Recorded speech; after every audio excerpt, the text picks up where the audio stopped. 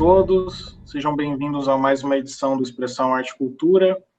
No episódio de hoje nós vamos entrevistar o Marcelo de Salete, quadrinista, ilustrador, professor. Seja bem-vindo, Marcelo, é uma honra receber aqui você no nosso programa. Gostaria de começar te perguntando o seguinte, né?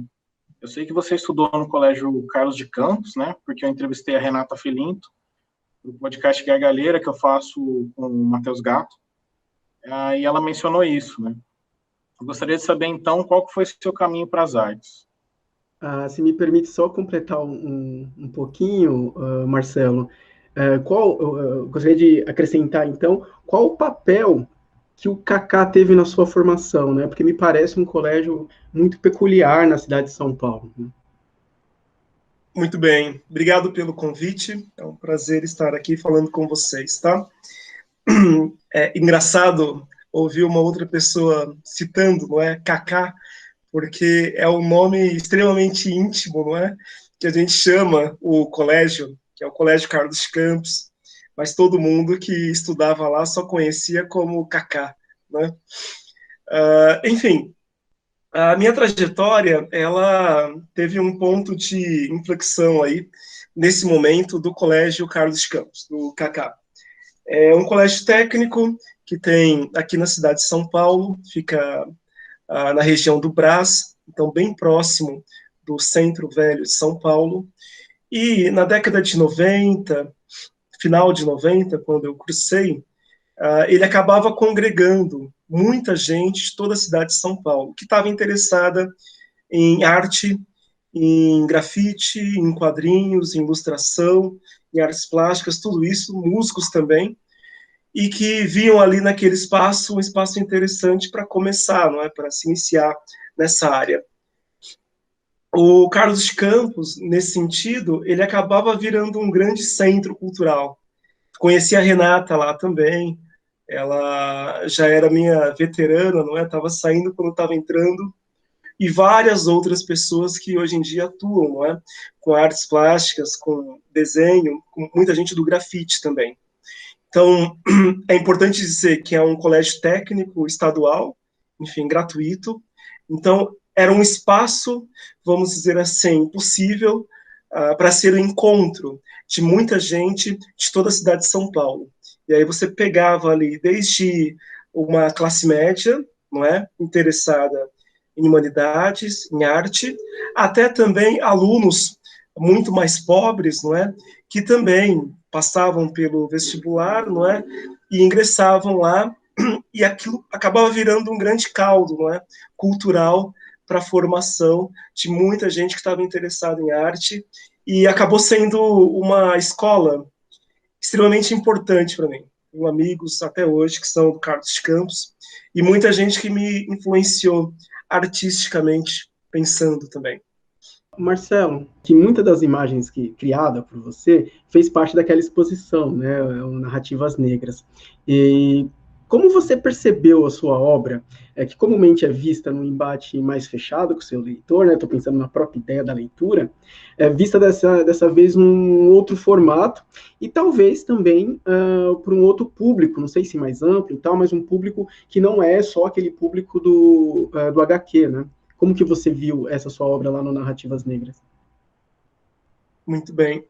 Olha, inicialmente, esses trabalhos que eu fiz em quadrinhos, eles têm o fim, não é, de se tornarem livros, publicações. E é a partir desse meio que ele chega nas pessoas, não é, nos leitores. Assim como na literatura, enfim, obras mais gráficas, não é, em revistas, ilustração e tal. Então, a princípio, apesar da minha formação ela ser em artes plásticas, eu não vislumbrava, vamos dizer assim, expor essas obras. Eu vislumbrava fazer esses trabalhos que eu faço em papel, não é? Pensar na produção gráfica toda do livro, montar essas páginas nesse formato do livro, imprimir, enfim, e a partir disso ter contato com os leitores. Essa possibilidade que aconteceu nos últimos anos, vamos dizer assim, de esse novo caminho, dessas obras fazerem parte de exposições aconteceu muito pelo olhar de outras pessoas, de curadores, de pessoas interessadas nas artes, não é? Que viram que esses trabalhos, eles dialogam muito bem, tanto com a questão estética, não é? Mas também histórica do Brasil. E eles são um ponto de partida interessante, assim como de diversos outros artistas, para acessar esse passado e acessar também outras formas de leitura e de compreensão da nossa sociedade hoje.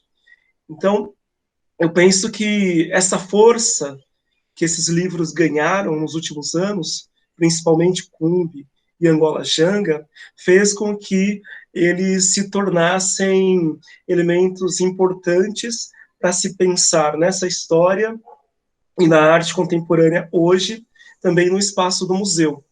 E aí a gente tem que lembrar também que esse discurso, né, esse espaço museológico, que inicialmente era um espaço extremamente, vamos dizer assim, excludente em termos de possibilidades, de narrativas, de linguagem, de modalidades, não é, artísticas. Se a gente pensa que até o século XIX, início do século XX, não é, geralmente a gente tem aquelas categorias que são mais visadas, como a pintura, a escultura e outras. Hoje em dia já é um pouco diferente. A gente tem uma expansão, não é, da forma de ver as artes plásticas, isso desde meado do século XX, e é claro que dentro disso é possível também você ter obras de quadrinhos dialogando com outros artistas.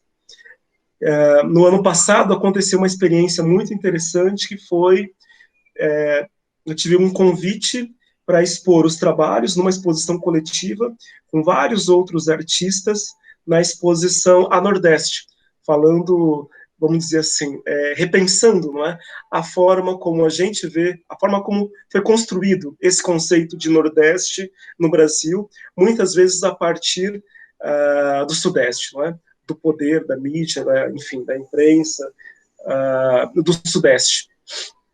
E isso eu achei muito interessante, porque, sim, eu sou de São Paulo, não é, também do Sudeste, mas esses dois trabalhos que são mais conhecidos, eles estão focados no Nordeste. Eles estão focados ali em pensar Pernambuco, a região de Recife, Olinda, no século XVII. Então, nada mais interessante e pertinente, então, que essas obras fizessem parte também dessa exposição. Isso eu tenho visto com bons olhos. Eu acho que é uma interlocução, um diálogo, toda uma porosidade que é muito importante a gente cultivar dentro das artes. Nesse aspecto, Marcelo, você acredita que essa intersecção, né, ou se a gente pensar nos usos que a imagem pode ter na cultura, né, a ideia da impresso no comic book ou posto numa parede em exposição, você acredita que modifica de alguma forma o seu próprio olhar quando você produz imagens? A ideia de imaginar ou pensar nas possibilidades que a sua criação pode ter? São espaços diferentes. Eu ainda vejo como espaços que têm características, contextos, contornos, não é, bem diferentes. Então, no caso dessas exposições, vamos pensar no livro, no quadrinho, numa publicação de 100 e poucas páginas, o leitor ele vai ter acesso a uma publicação física, não é, ou na internet, mas vai ter acesso a uma narrativa razoavelmente linear, vamos dizer assim, contando uma história ali, em grande parte a partir de imagem, a partir das possibilidades que a imagem traz de você conduzir uma narrativa e de você interpretar essas imagens, e mesmo abrir, não é, o horizonte para novas interpretações dessa iconografia. Então, num livro, o leitor consegue ter acesso desse modo a essa produção em quadrinhos, não é, imagética. Numa exposição, isso muda. Geralmente, numa exposição, acho que nenhuma até agora, sim, não teve exposição que mostrou uma história de uma forma linear, com começo, meio e fim. Não. Geralmente, as exposições focam em mostrar os trabalhos originais, alguns deles, às vezes obras de diferentes livros, como o Cumbe, Angola Janga e Encruzilhada, E a exposição, o espaço da exposição, acaba fazendo uma nova leitura dessas obras. É como se criasse uma nova narrativa a partir do momento que você coloca essas obras juntas e você começa a pensar nessas intersecções dessas obras em proximidade, certo?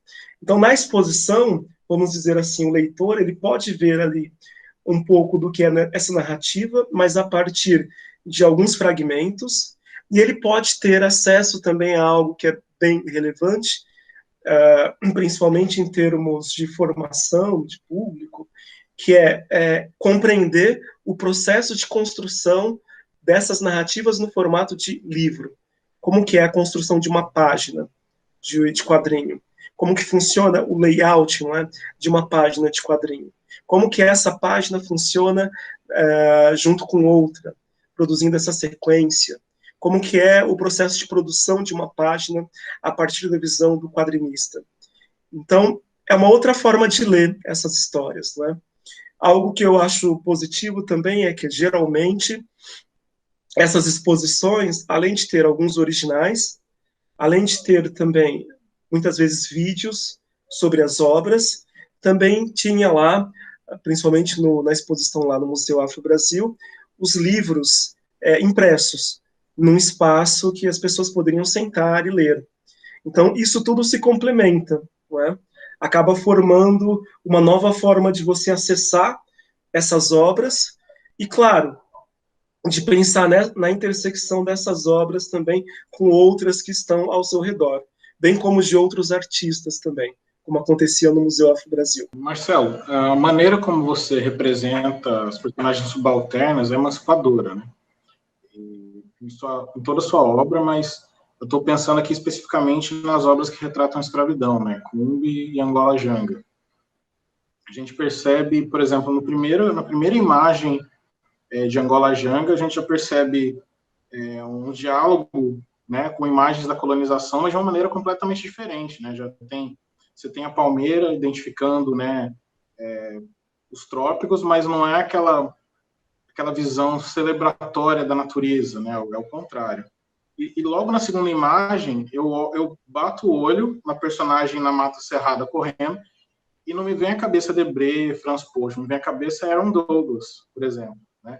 Eu gostaria de saber se você dialogou com essas imagens e se a sua obra é também uma resposta consciente a essas imagens da colonização. Olha,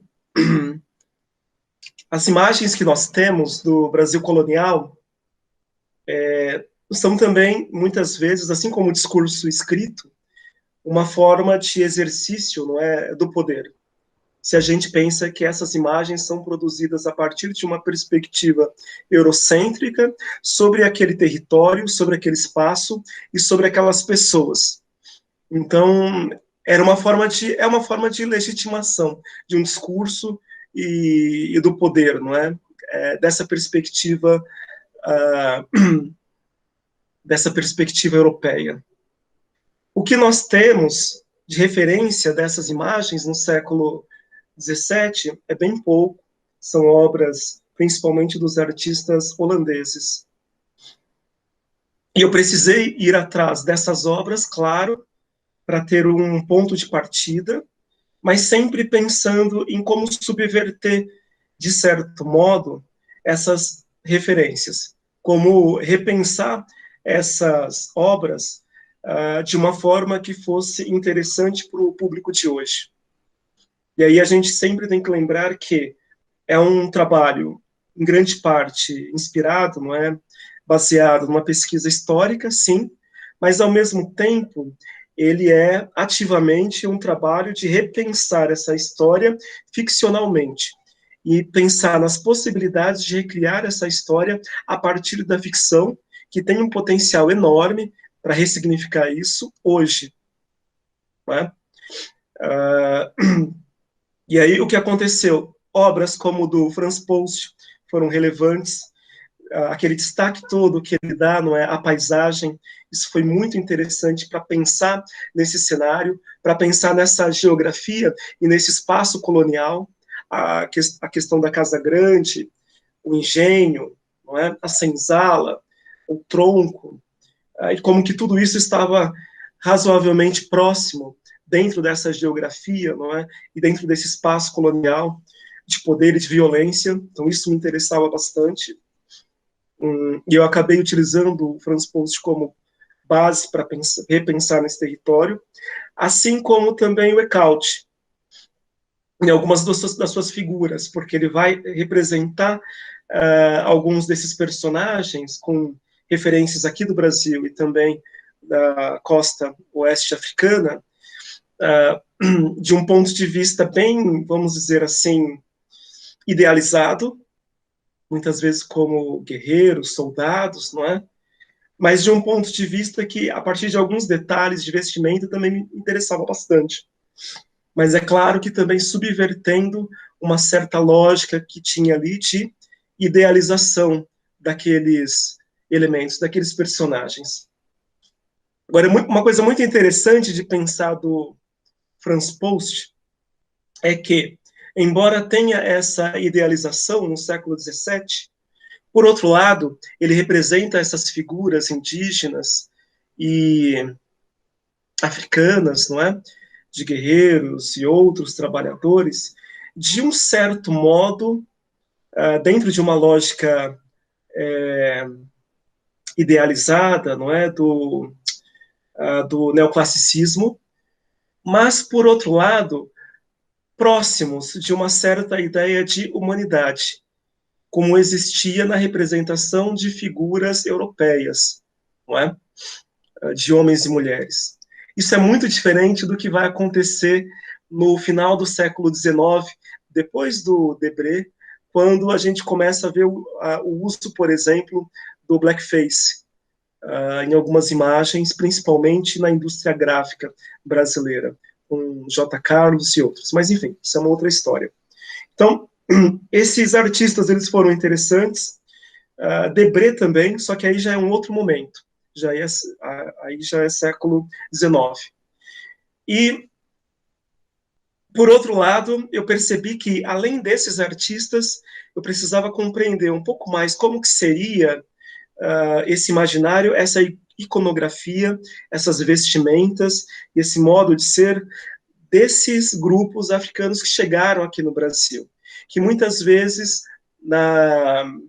nos nossos trabalhos, históricos, mais artísticos, nós não temos essas figuras nas suas tradições, na sua identidade de uma forma que foi representada mais próxima da realidade, não é? A gente tem ali algumas figuras, sim, do Gendas, do Debré, mas ainda muito pouco. Então, por isso foi muito relevante o acervo do Museu Afro-Brasil, bem como ter acesso a alguns etnólogos, principalmente, que foram para Angola, ou que retrataram parte das culturas tradicionais de Angola e do Congo no século XVII. Algumas dessas ilustrações fizeram parte das minhas pesquisas, mas também de outros desenhistas, não é, que foram para lá e que fizeram registros também em fotografia no final do século XIX e começo do século XX. Pensando que são culturas razoavelmente que têm um lastro aí de séculos atrás, não é? Embora a gente saiba que isso não é fixo, que isso muda, mas eu utilizei ali elementos, achei possível fazer essa conexão e trazer isso para as minhas obras também. No começo de Angola Janga, você cita o Clóvis Moura, né? Um autor que por muito tempo a academia viu com desconfiança sobre o epíteto de militante, entre aspas, né? Como se militância e rigor intelectual fossem antagônicos, né? Eu costumo chamar isso puramente de racismo, né? Que era um intelectual negro. Felizmente, isso vem sendo recobrado, né? E ele vem sendo referenciado como o grande intelectual que ele foi, né? Dentro da sua época. Gostaria que você comentasse a influência de Rebeliões da Senzala na sua obra. Muito bem. Diversos autores foram fontes importantes para o meu trabalho. De um lado tem o Edson Carneiro também, Décio Freitas, em alguns pontos, e, claro, o Clóvis Moura. Rebeliões da Senzala é um livro essencial, onde ele vai falar um pouco dessas diferentes formas de resistência, não é? De se opor ao poder colonial, à violência do poder colonial, a partir dos mocambos, dos quilombos, e nesse livro ele vai falar um pouco também de Palmares, isso foi relevante, claro. Agora, o Clóvis Moura, além disso, ele é o pesquisador, um escritor extremamente orgânico, não é? Que também ousou, inclusive, pensar na construção de histórias em quadrinhos sobre Palmares, para falar sobre essa narrativa também para um público mais amplo. Então, ele escreveu o roteiro de uma história sobre Palmares, que foi publicada em 55, com o roteiro do Clóvis Moura e o desenho do Álvaro de Moya. E essa obra foi a primeira obra em quadrinhos sobre Palmares, um pouco mais ampla, não é? Tem cerca de 40, 50 páginas, mostrando os últimos anos, principalmente o conflito que envolveu ali a queda de Macaco em 1694 e depois a morte de Zumbi. Então, a obra dele foi muito interessante, eu gostei muito de ver esse trabalho dele, e claro que isso tem a ver com o modo como, com certeza, Clóvis Moura viu que as histórias em quadrinhos tinham e têm um potencial enorme de chegar num grande público, não é? E não é à toa que o movimento negro, historicamente, personalidades negras, não é, desde o século XIX, tem colocado a questão da história, a questão da educação, como algo central para a gente repensar essa história hoje. E é claro que para isso você precisa ter elementos, você precisa ter narrativas, não é, em diferentes veículos para você conseguir chegar a um público maior. Então, eu penso que hoje fico muito feliz de termos algumas obras tratando, claro, novamente, revisitando a obra do Clóvis Moura. Ele é essencial para a gente pensar no século XX e para pensar nessas lutas, não é, da população negra, e bem como de um intelectual negro tentando, ou melhor, conseguindo, não é, se firmar de uma forma extremamente difícil dentro de um contexto racista, historicamente, que é a academia no Brasil.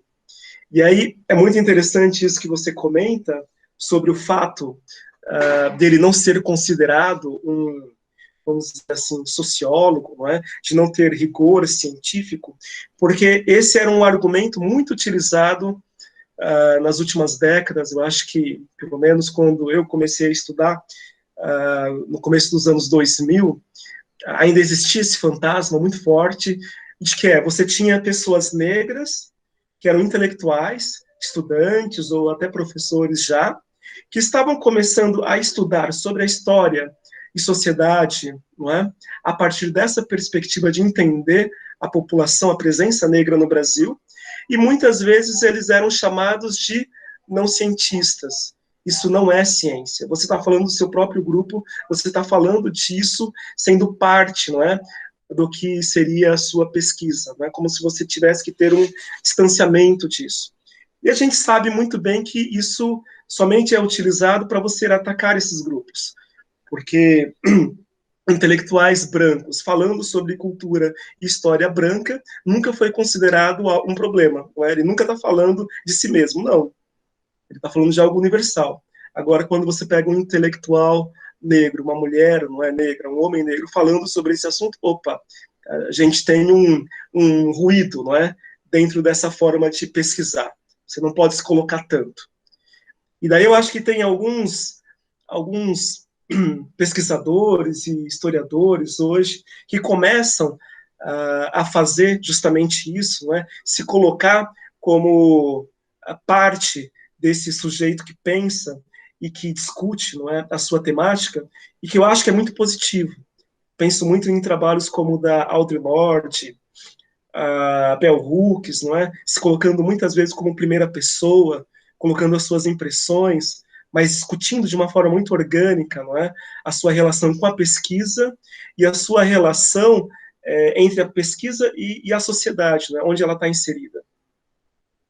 E creio que isso só tem a contribuir para aprofundar ainda mais as nossas pesquisas hoje. Marcelo, eu queria retomar um ponto que você havia comentado, que me parece ser fundamental quando nós estamos diante da sua obra, quando estamos lendo sua obra, e pensando particularmente em Angola Janga, né, porque ele tem uma perspectiva interessante nesse ponto, né, na medida em que se procura estabelecer um diálogo visto de dentro de Palmares, né.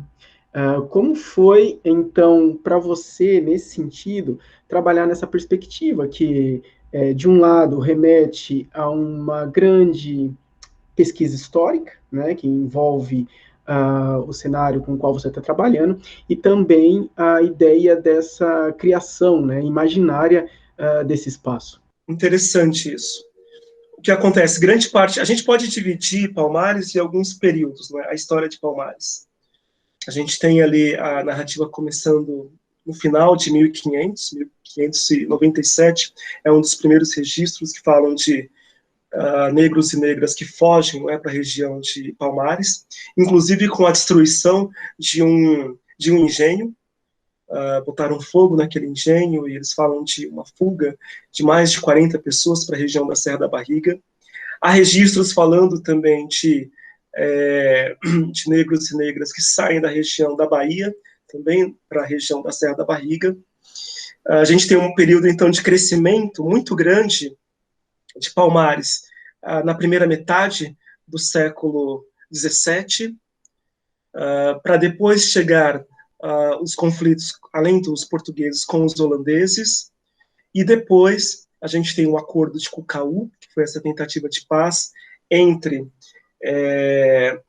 Portugal e a Gangazumba, que estava lá naquele período em Palmares, em 1678.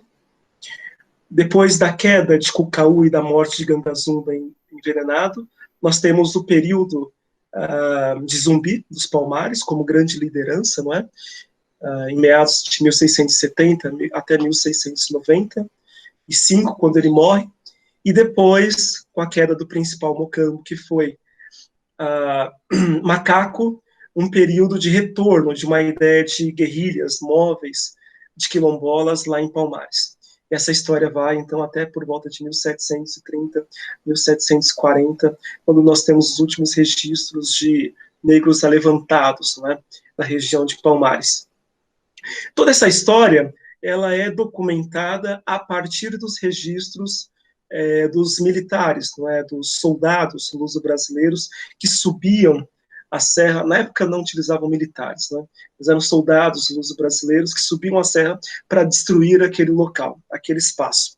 Então, os registros que nós temos daquele espaço são a partir de uma perspectiva militar, uma perspectiva de dominação, uma perspectiva de destruição daquele espaço. São alguns dos registros principais são feitos pelos holandeses por volta de 1640, 44, acho que é do Jan Blair. Depois nós temos um outro registro importante de uma pessoa, um documento anônimo, mas de 1677, 78, no momento da criação lá de Cucaú e do acordo de Cucaú, no Gangazumba. E depois, um documento muito importante vai ser, depois que cai Macaco, um documento redigido por volta de 1658, 1700, falando justamente desse último cerco. E além desse, vários outros documentos menores, cartas e tal, que falam um pouco sobre o conflito.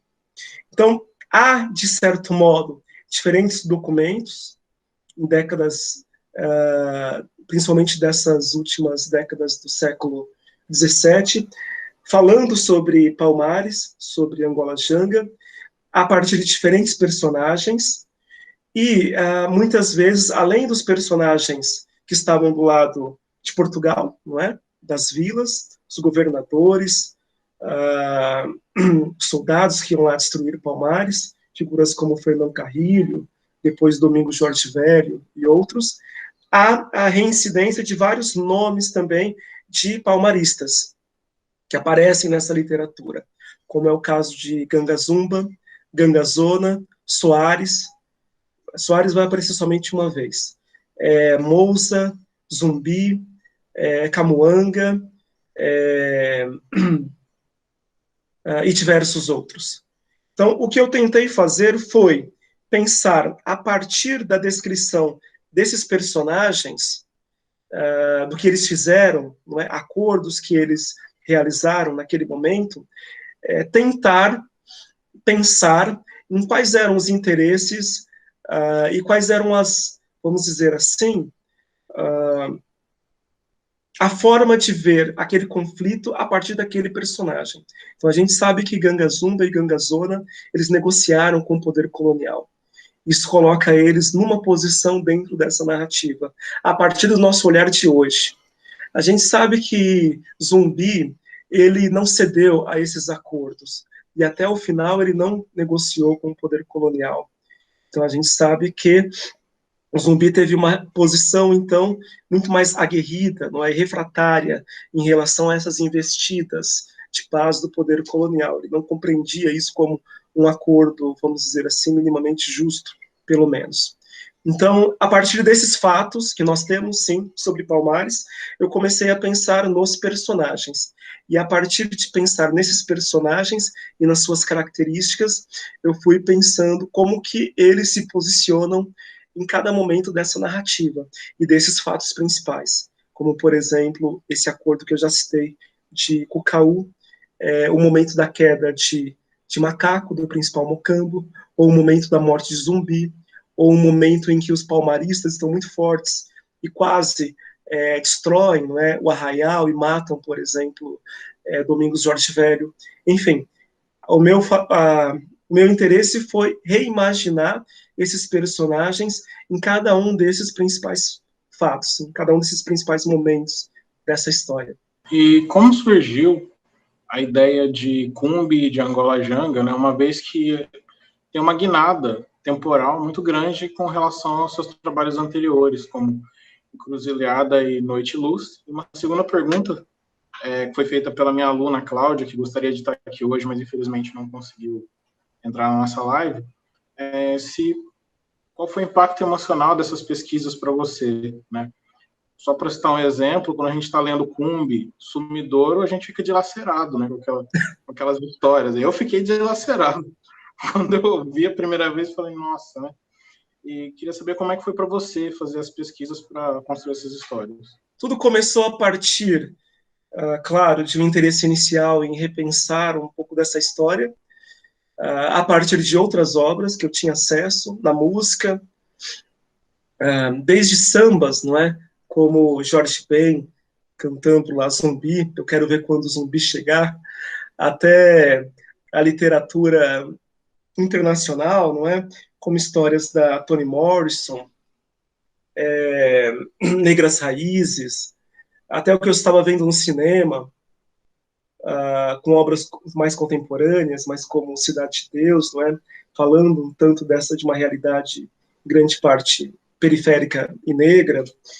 Enfim, eu estava me deparando com todo esse universo de discussões dentro de outras artes, e o que eu tentei fazer foi trazer essa discussão para o universo também dos quadrinhos, que existia, sim, mas ainda eram poucas obras. Essa pesquisa, ela, na verdade, não começou muito depois dos livros Noite, Luz e Encruzilhada. Foram pesquisas, processos razoavelmente concomitantes. O Noite e Luz, ele saiu em 2008, a primeira edição dele. E, na verdade, eu já estava pesquisando sobre Palmares nesse período.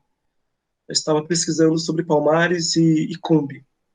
Em 2004, em 2001, eu entrei na graduação, não é, no curso de Artes Plásticas.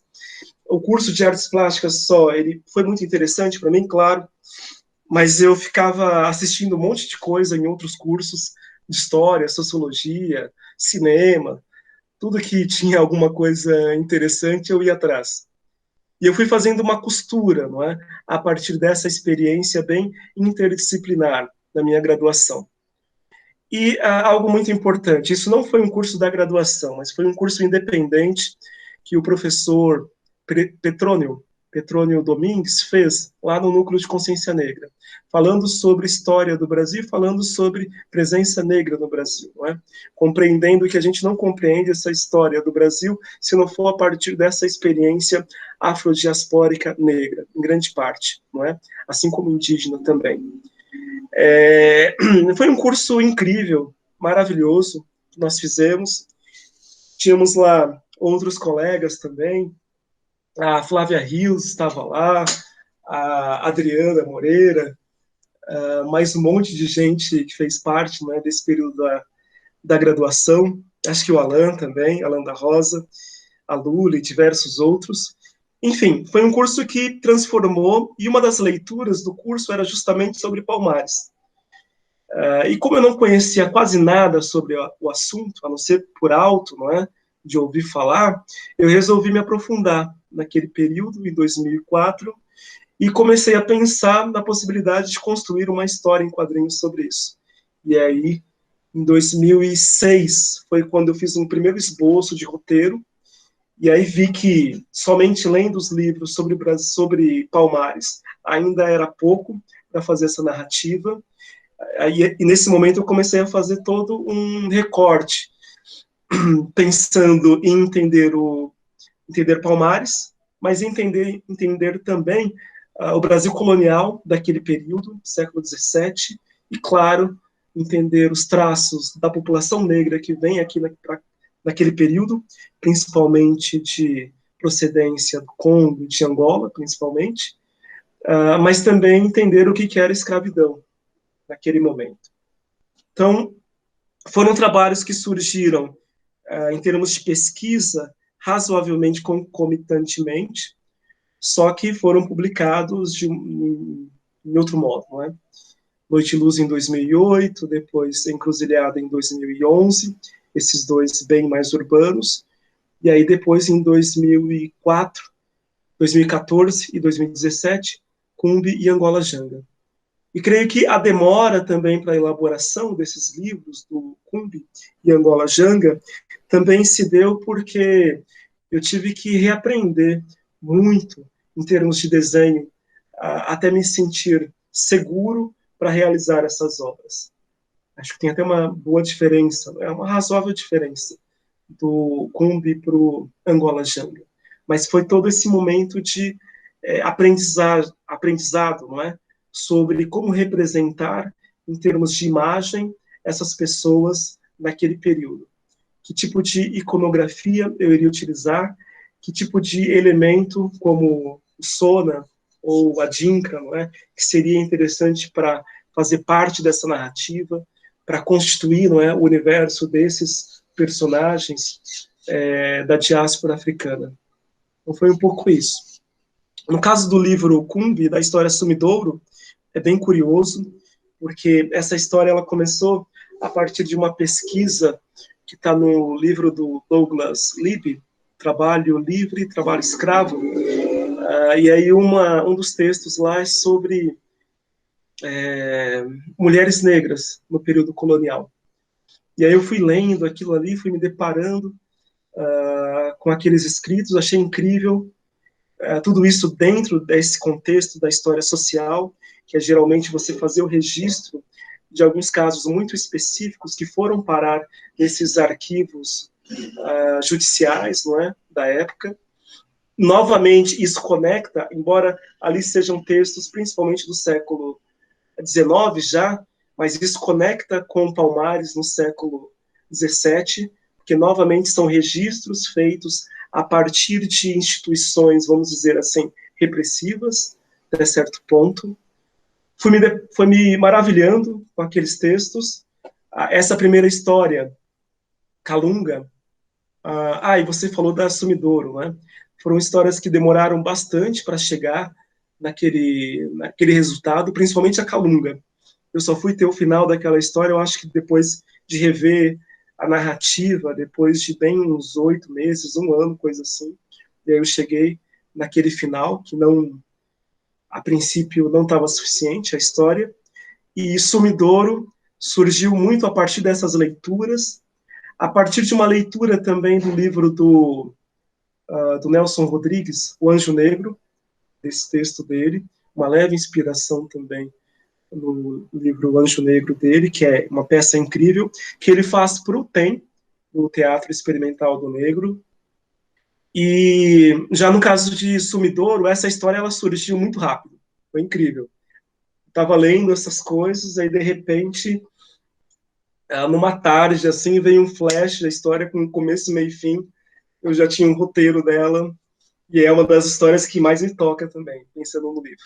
Depois, claro, o momento de execução ele foi muito mais demorado, mas a história, o começo, meio e fim dela, surgiu num insight muito rápido. Eu já ouvi você falando um pouco sobre isso na entrevista que você deu para o Matheus Gatto, né?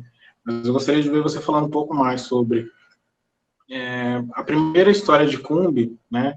A gente tem essa ideia da morte como liberdade, né? Eu gostaria que você desenvolvesse um pouco como você chegou a essa concisão de ideia para esse quadrinho. Muito bem, muito bem. Acho que só realizando uma rápida digressão, mas que eu acho que é relevante quando a gente pensa nesses registros históricos feitos, não é? Sobre esses fatos, sobre Palmares, ou mesmo depois, envolvendo escravizados, que são os registros escritos que nós temos hoje, e que muitas vezes nós trabalhamos sobre isso, mas a gente não pode esquecer que esses povos, esses grupos, eles tinham uma outra forma, não é, de lidar com essas histórias, de lidar com o entendimento desses fatos. Muitas vezes vindo de narrativas orais, não é, de narrativas faladas, passadas de geração em geração. E o que, de certo modo, a ciência que a gente tem depois do iluminismo vai fazer é negar, muitas vezes, essa forma de construção da história, né? Essa forma de entendimento da história. Então, não é porque aqueles grupos não tinham esse modo de escrita naquele período que eles não tinham as suas estratégias de reconstituição dessa história, seja por via oral ou de outros modos, passado de geração por geração. Agora, quando você rompe, não é? E o colonialismo ele faz isso de certo modo. Essas estratégias de você recontar essa história, aí sim você cinge, não é? Essa maneira de compreender o passado. E você cria o silenciamento desses grupos em relação ao seu próprio passado. E esse silenciamento a gente sabe muito bem que ele faz parte dessa estratégia colonialista de você retirar, não é, poder desses grupos, inclusive de falar da sua própria história. E aí a gente fica refém novamente de utilizar, claro, o registro escrito para tentar reconstruir isso. E é claro que a gente não pode ignorar isso hoje. Acaba sendo uma das únicas formas. Mas eu penso que a gente ainda tem que reaprender, não é? As formas de compreender essas histórias de outros modos. E aí sim entra tanto reler esses escritos em registro, não é, gráfico, mas também reler esses símbolos, reler imagens, reler músicas, que muitas vezes vêm de tradições antiguíssimas, e reler narrativas orais também. Enfim, essa história Calunga, ela surgiu, então, a partir dessas pesquisas iniciais, não é? Falando principalmente sobre mulheres no período escravista. Então, mulheres negras nesse período, tá?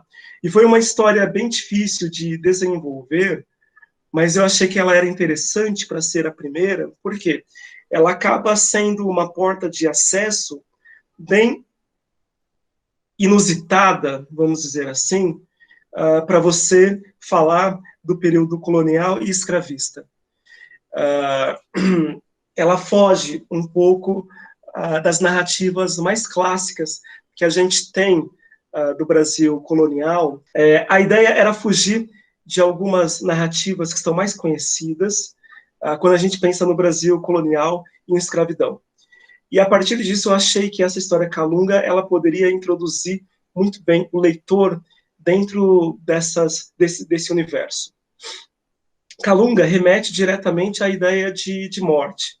Calunga remete também à ideia de uma divindade que, inclusive, não está relacionada somente à morte, não é? Kalunga é uma divindade que está ligada às águas, e às águas geradoras também da vida, mais do que a morte. Eu acho até que, às vezes, talvez Kalunga tenha ganhado essa qualidade de morte, talvez muito devido à dimensão do tráfico, não é? Já nos últimos séculos, enfim, a própria forma dessas pessoas, não é? Desses africanos aí, em grande parte banto, verem a questão do tráfico e relacionarem isso talvez com uma divindade deles. Mas Kalunga está relacionado às águas, à mudança também, geração da vida e também à morte. E ela dá o nome para a história do livro, para a primeira história. Seria inicialmente a história a capa, o título do livro. Aí depois eu acabei mudando. Essa história, a gente tem dois personagens principais. Ele é o escravizado, não é? Que trabalha na Lambá, o trabalho mais pesado, na roça, enquanto ela trabalha na Casa Grande. E vamos dizer assim, tem mais acesso, não é? Às pessoas que estão na Casa Grande. Então, são situações de escravidão, mas situações com características diferentes, não é? De experiência dentro da escravidão. A história acaba mostrando um pouco o embate dessas duas pessoas. E acaba mostrando isso a partir, em grande parte, da perspectiva dele e, vamos dizer assim, da forma como a escravidão gera um tipo de violência que recai, que parte, não é, geralmente, do senhor de engenho, que recai sobre os agregados e que recai sobre esse homem negro que trabalha na Lambá. E que, numa situação também, vamos dizer assim, de subjugação, essa violência também vai recair sobre a mulher. Ele também torna a mulher objeto, né? Como se ela pertencesse a ele. E ele não consegue, depois, lidar com esse rompimento. E daí vem a morte. Uma morte que, sim, seria uma forma de você não cessar totalmente essa experiência, mas pensar que seria possível reconectá-la a partir de Kalunga, a partir dessa transcendência possível a partir do mar, não é? Da Kalunga. Mas é também uma morte dela, não é? Que acontece num contexto que hoje a gente poderia chamar de femicídio. Enfim, foi uma história bem difícil. No final, a gente tem ali até uma reconciliação deles dois, de uma forma onírica, mas isso acontece em grande parte a partir da perspectiva dele, desse mergulho na Kalunga e na morte. Não é? Não é a mesma perspectiva dela, que inclusive é uma escravizada que mesmo em questão de crenças difere dele. Ela é uma cristianizada, enquanto ele não. Ele não aceita isso tão prontamente quanto ela. E aí a gente pode lembrar também que, quando a gente fala de cosmogonia banto, ela utiliza, não é, um crucifixo, não é, no pescoço, e simboliza essa proximidade dela com o poder colonial e com a religião, mas esse símbolo, ele não simboliza apenas esse universo cristão, porque esse símbolo do mais, não é, ele também está relacionado à cosmogonia banto, de certo modo. Então, é possível você ler isso de diferentes modos também. Seria uma forma banto, vamos dizer assim, de você cultuar até mesmo uma divindade cristã. E a experiência diaspórica banto, não é, no Brasil, em grande parte, ela traz isso. Nós temos os inquices, nós temos os diversos deuses que são cultuados, né, na Umbanda, e até mesmo no Candomblé, de origem banto, mas nós temos também pelas irmandades, aí pelas celebrações, não é, Congada e diversos outros, o culto de entidades cristãs, mas a partir de uma experiência, de uma estética e de uma forma que ela é africana, que ela é banto, e que vem de uma experiência banto de relação, não é, não apenas harmônica, mas conflituosa também, com essa divindade cristã desde pelo menos aí o século XV. Qual foi a recepção dos seus trabalhos traduzidos, né? Você tem esse feedback, né? Como que ele foi recebido nos outros lugares? Sim, um pouco. Vez ou outra, alguns leitores comentam isso, né? Hoje em dia, as redes sociais, elas acabam aproximando muito o leitor do artista. E, vez ou outra, uma ou outra pessoa escreve falando sobre isso, tanto aqui no Brasil, quanto fora do Brasil também. Essas obras, eu penso que elas trazem alguns elementos muito interessantes para a gente pensar nessa circulação fora do Brasil. Por quê? Eu já estive presente em alguns eventos de lançamento do livro em outros países, e uma vez eu estava na França, não é? O livro foi publicado lá pela editora Sailá, Cumbe e Angola Janga. Era lançamento na época do Cumbe. Eu lembro que uma leitora, uma pessoa que comprou o livro, né, pediu autógrafo, e ela foi e perguntou, como que é, não é? Escrever uma história sobre o Brasil colonial, sobre população negra, algo, enfim, que faz parte, não é? De uma forma tão específica da história brasileira. E aí, conversando com ela, eu fui notando que essa é uma história, em grande parte brasileira, sim, mas é uma história que remete a um contexto que é muito maior do que esse. E é uma história que conecta diretamente a experiência na América da população negra, mas também a experiência das metrópoles, que foram, de certo modo, que protagonizaram, de certo modo, toda a questão do tráfico e que organizaram o tráfico inicialmente, principalmente nos primeiros séculos.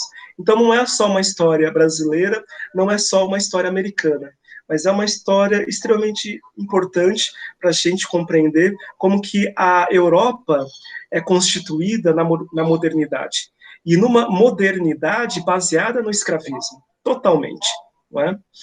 A modernidade europeia não é somente o iluminismo, mas é todo o escravismo que foi realizado, não é, na América, assim como o genocídio indígena. Isso é outra face, não é, da moeda, da mesma moeda.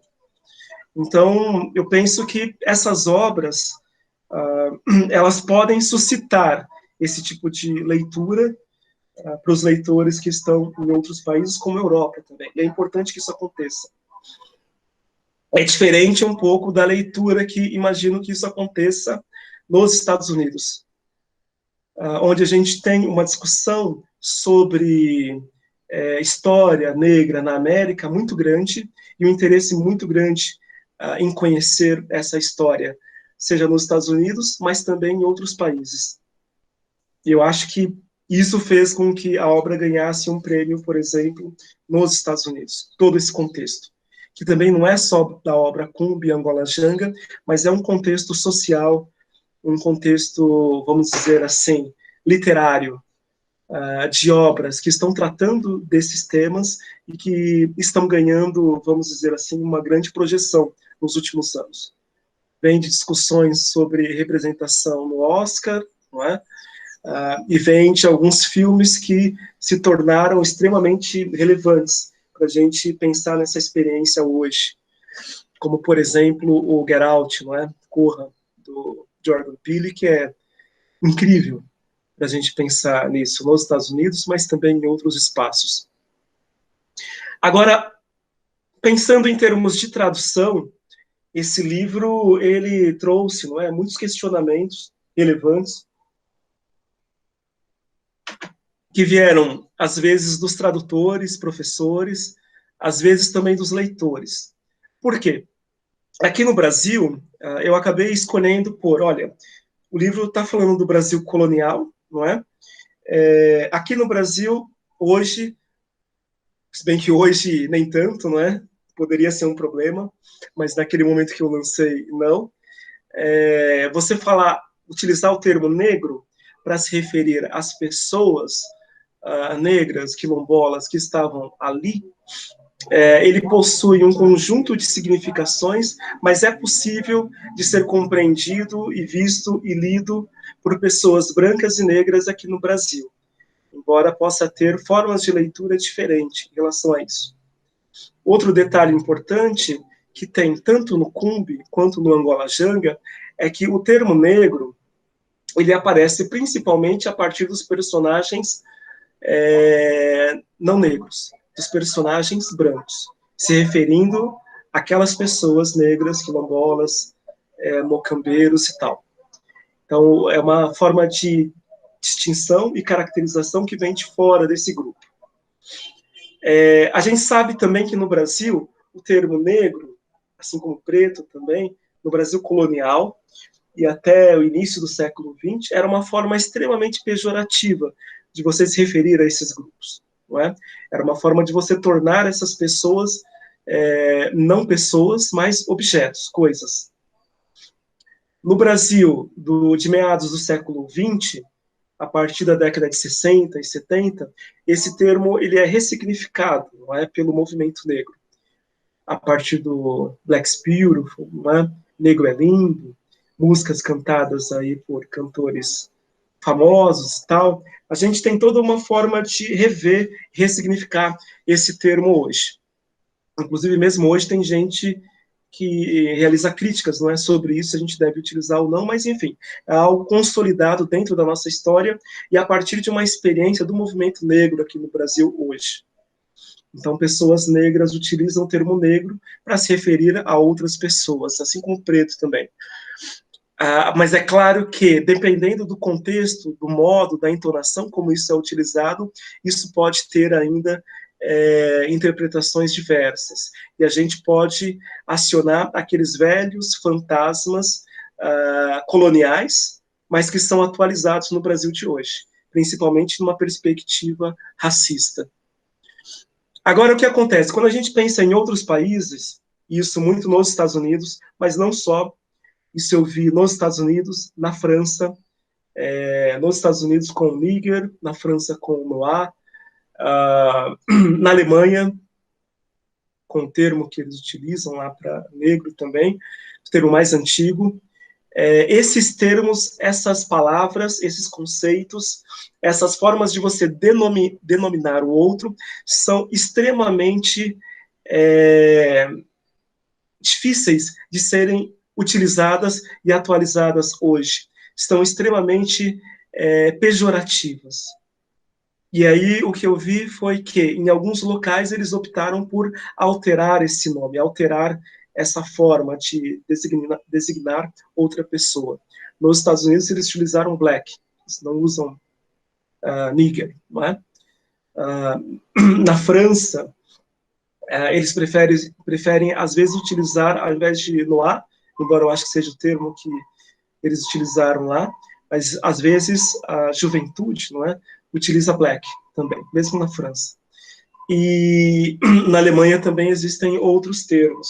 Enfim, isso foi bem interessante de observar, de analisar, como esse termo e essa experiência afrodiaspórica brasileira, ela difere de outros países, e como que isso é uma questão para ser discutida e tratada quando a gente pensa na tradução dessas obras e no público que vai ler essa obra também em outros locais, em termos de identificação e tal.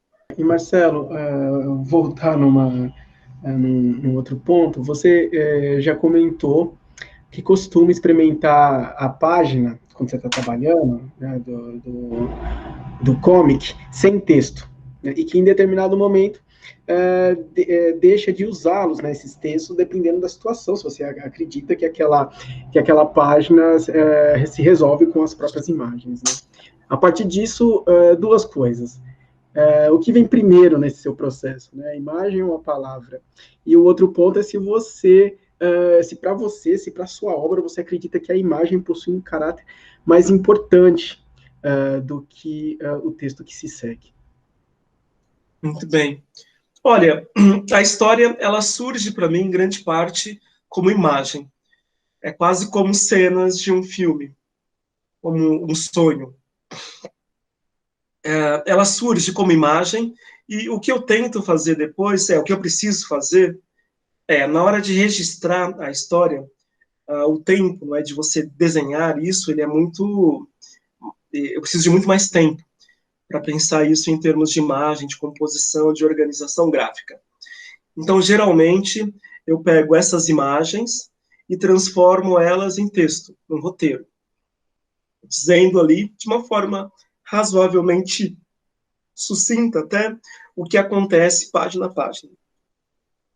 Esse roteiro escrito, depois eu utilizo ele para pensar nos esboços dessa página de quadrinho e depois para fazer o desenho final.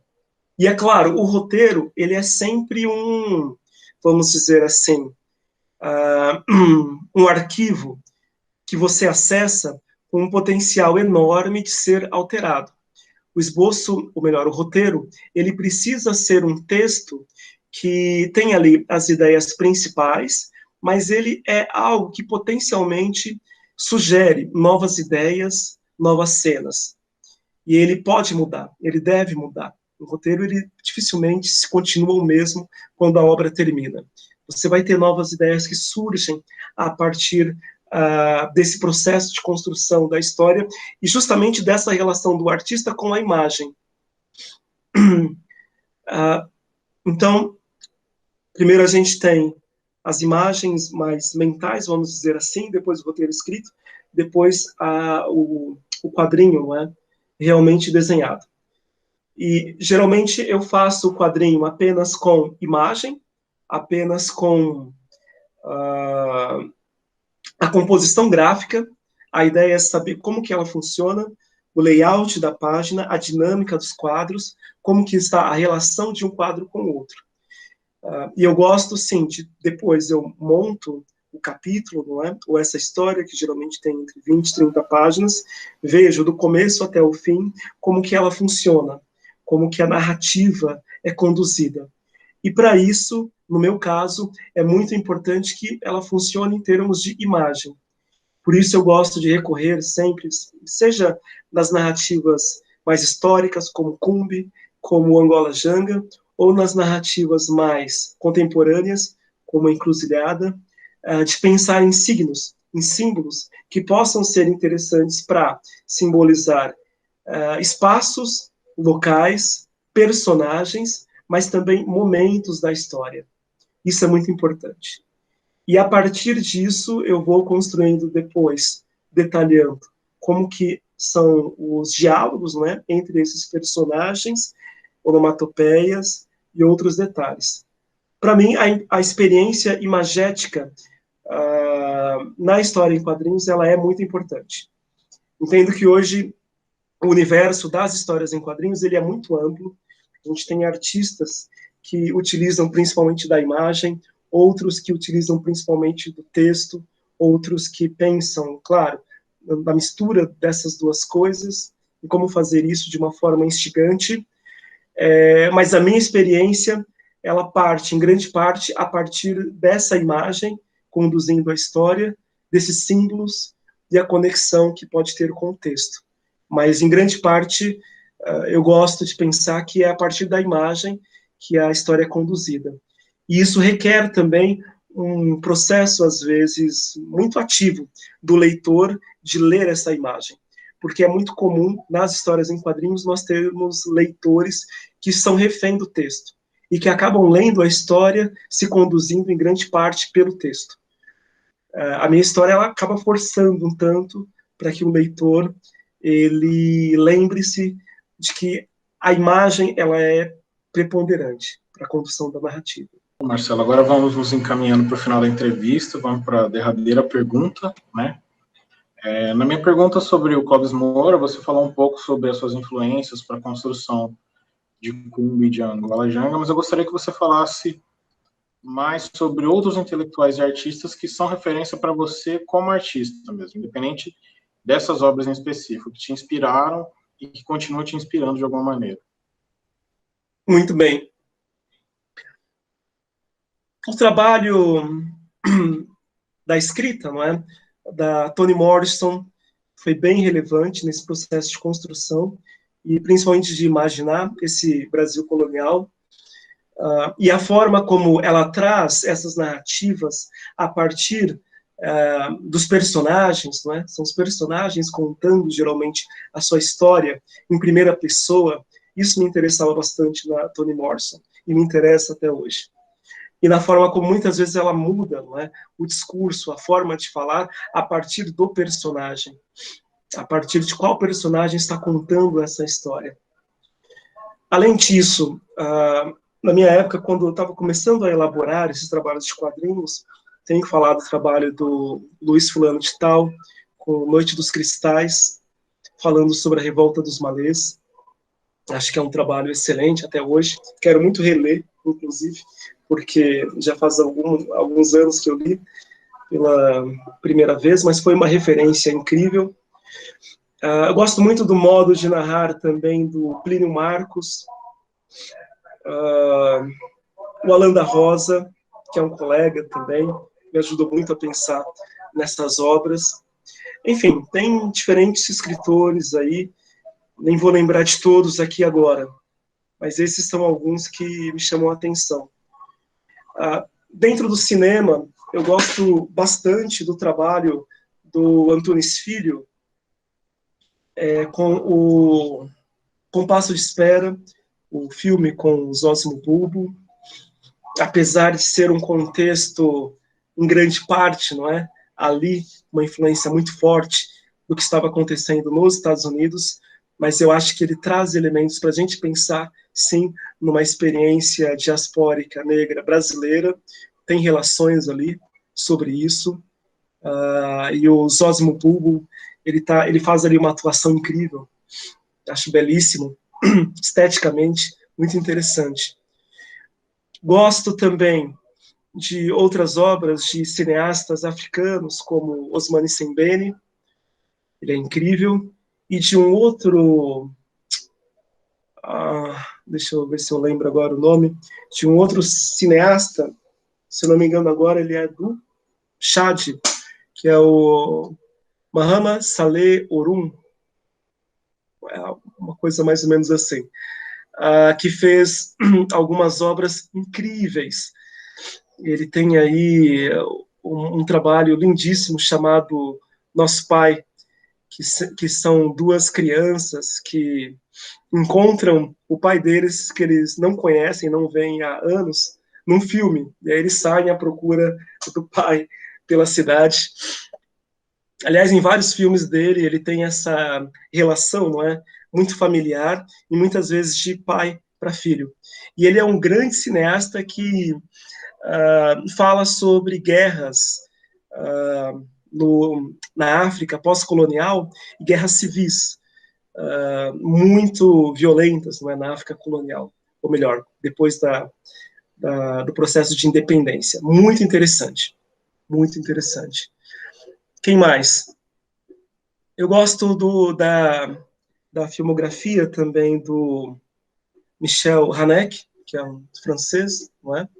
Principalmente no filme dele Cachet, que fala sobre um professor, não é, de literatura, mas a relação dele com um antigo colega que é da Argélia. Então, o pano de fundo do filme é toda a relação entre França e Argélia. França, então, e a sua relação, não é, com o seu passado colonial. Incrível esse filme. Costa Gravas, não é, com Guerra de Argel e Queimada também, belíssimo. Além de, claro, cineastas mais recentes, Spike Lee foi uma referência muito importante para mim, principalmente década de 90 e 2000. E hoje a gente tem outras pessoas como Jordan Peele que está criando coisas incríveis também em termos de cinema. E nos quadrinhos, nós temos obras como do João Pinheiro e da Sirlene Carolina, É um livro em quadrinho incrível sobre a Carolina Maria de Jesus. Couro de Gato, do Patati, falando sobre Rio de Janeiro, falando sobre a transformação do Rio de Janeiro, destruindo certos cortiços no momento de virada, não é, do século XIX para o século XX, que é algo que acontece em diferentes cidades para o Brasil. E isso é uma cena, é um contexto, na verdade, que está sendo muito bem retratado pelos quadrinhos no Brasil, nessa obra Couro de Gato, falando sobre o Rio de Janeiro, e na obra também o Beco do Rosário, da Anna Keller, do Rio Grande do Sul, falando também sobre a destruição de um cortiço para a reconstrução da cidade, mas dentro dessa lógica de reconstrução que é exclusão e marginalização de todos os pobres, não é? Negros, indígenas, populares que estavam no centro da cidade e jogando essa pessoa à margem. A construção das nossas cidades, não é? Elas passam por isso. Eu acho que é um processo muito interessante para a gente compreender, inclusive, o que são os grandes centros urbanos hoje no Brasil, mas bem como a nossa história aí no último século. É isso. Obrigado. A gente agradece, Marcela. Tenho certeza que a nossa audiência gostou muito da sua entrevista, aprendemos muito, foi muito esclarecedora sobre a sua obra, sobre a sua atuação como artista também. Obrigado. Valeu, gente. Obrigado pelo convite. Um abraço e foi muito bom ter você aqui com a gente. Isso que eu ia te falar. Aqui do carro. Tá. Pode falar. O Gargalheira, cara, eu tenho sentido isso. Tinha melhorado ontem, hoje já tá um calor terrível de novo. Aqui tá de boa. Nossa, ontem tava muito tranquilo. Né? Aqui no Nordeste não tá essa onda de calor, não. Tá calor para Nordeste, assim, mas o calor normal do Nordeste, não tá 38 graus.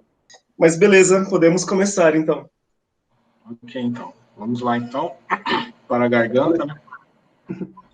Só vou aqui colocar a pergunta na minha tela. Bom, vamos então. Como é que faz a introdução, Martim? Esqueço como é que você faz. Só dá boa tarde aí para a galera. Fala o programa. Verdade. Falou entrevistado e já pode fazer a pergunta direto. Bom, boa tarde a todos. Sejam bem-vindos a mais uma edição do Expressão Arte e Cultura. No programa de hoje, nós vamos entrevistar o Marcelo da Salete, quadrinista, né? Ilustrador, professor. Desculpa, posso fazer só uma correção? Claro. De Salete, tá? Por favor. Marcelo, eu fiquei pensando nisso, se era de ou não, várias vezes, desculpa. Não, tudo bem, de acontece. Salete. De Salete. Perfeito. Peraí, agora eu que me perdi também, pera. Depois corta isso daí. Tá, não, tranquilo. Ela usa, corta isso.